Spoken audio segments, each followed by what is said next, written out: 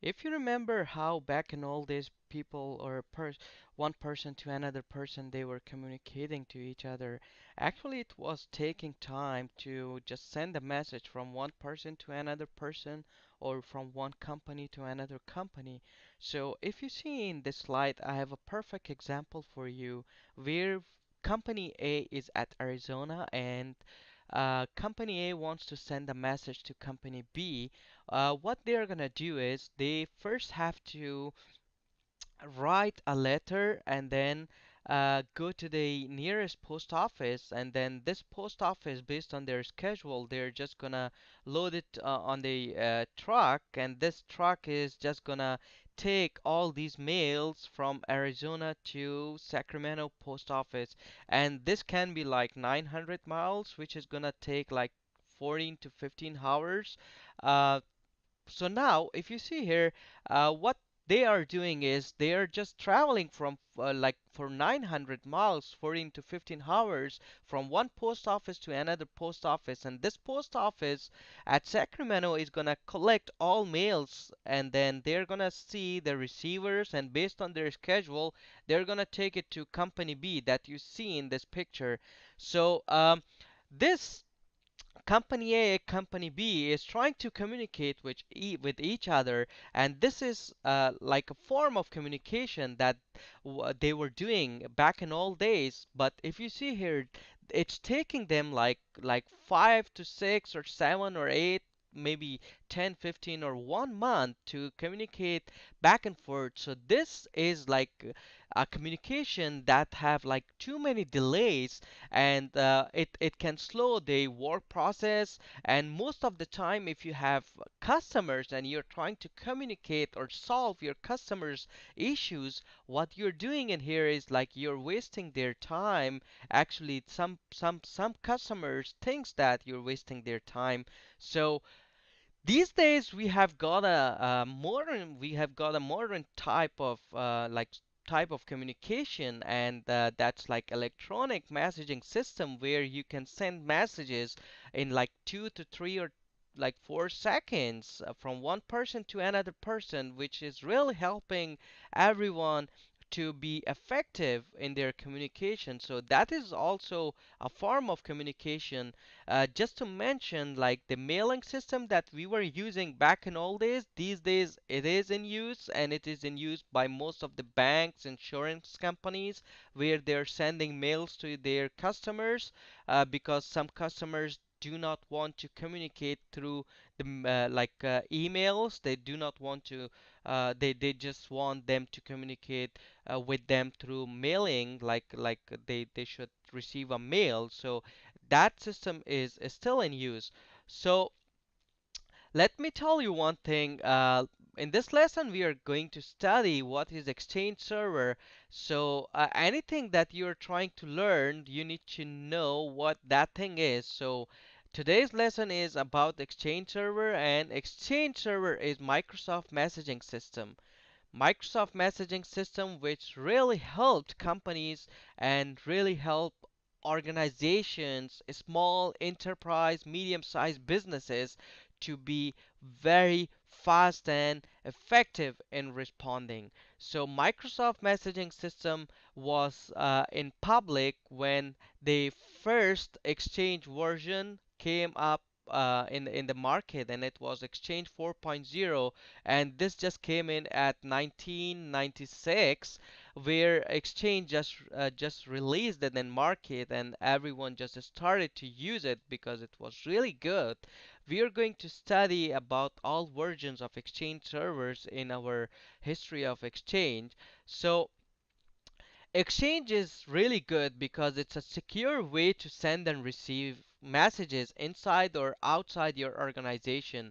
So when it comes to sending messages, sometimes for some organizations it is really important because their data is really confidential, their data that they have is really secure. So they never want to have an email system that is controlled by someone else. So let me give you an example of Gmail, Yahoo, Hotmail. So if you create an email address in Hotmail, Gmail, what you're doing is you just have control over your mailbox. You do not know. if your messages that you're sending, who's controlling it? Like we do trust Gmail, we do trust Yahoo, but when it comes about an organization, when it comes about a business or about a military area where everything is secure, we will never want them to use like public emails, public mail servers where they don't have control, they don't know what is going on in the background. So Exchange server is secure because once you have an Exchange server in your organization, you are the administrator. You are the person who got full control over your Exchange server or over your email server.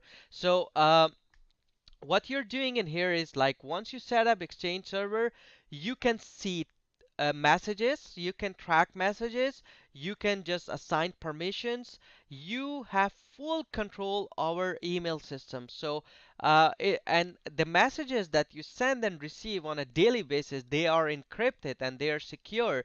So you have full control. That's why it is a secure way of sending emails inside or outside your organization, where you have your own Exchange server and your own name or domain name for your Exchange server, like patrick at gmail.com is good, or patrick or at your organization name.com is good. Your organization name.com is good. So it is a secure way of sending and receiving emails. Exchange server reduces communication costs. So if you see in this picture again, what this company A is doing, first of all, it's using like paper, and then it's using writing an email, like writing a mail, and then it's just going to the post office, like they're using a card to go there actually, and they're like burning gas, and then they're paying the post office, and this post office is just coming in here, and then it's like you're paying them, you're using your money to just send a message from one place to another place, like or with the fax, if you're sending fax you're still using money, or if you're using any other like phones, when you use phones you're using your money to do the communication. But Exchange server is not like that. Once you buy the license, you are paying the money. And once you pay the money for the license and just purchase a server, that's all you're doing. You're not paying any extra money. You're not like paying on a per on a yearly basis. You're just paying one time. So it is reducing your communication cost. No mails again, no faxes, no phones where you have to pay. Exchange Server also enables companies to be responsive and have happy customers. So if you're a customer and I am your insurance provider, will you be happy from me if I reply to your message like after 10 days? No, you will not be happy. You will keep calling me and you will be just yelling at me. So Exchange Server is going to enable companies to be responsive, because if a customer sends an email, for example, it just sends an email saying that my insurance policy is expired, can you please help?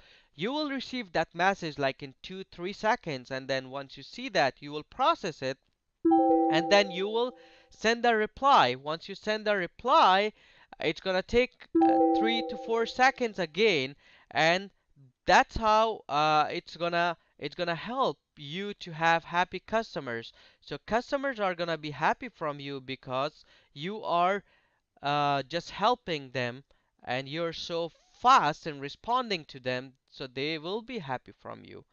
And then no additional cost when enabling features. If you're using third-party email systems, or you have a contract with a company, what they will do is they will charge you all the time when you enable a feature. They will say, okay, to enable this feature, you will need this license, and this is how we will charge you. But Exchange Server, once you buy a license, like a standard or enterprise, where you have different features and functionalities, you do not need to pay any additional money for that. So once you enable it, that's it, you're good.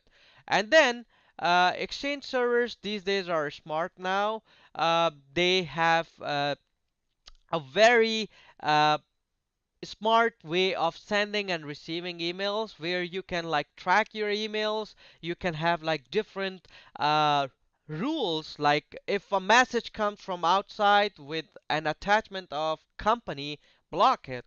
If a message comes from outside from john at domainname.com, block it.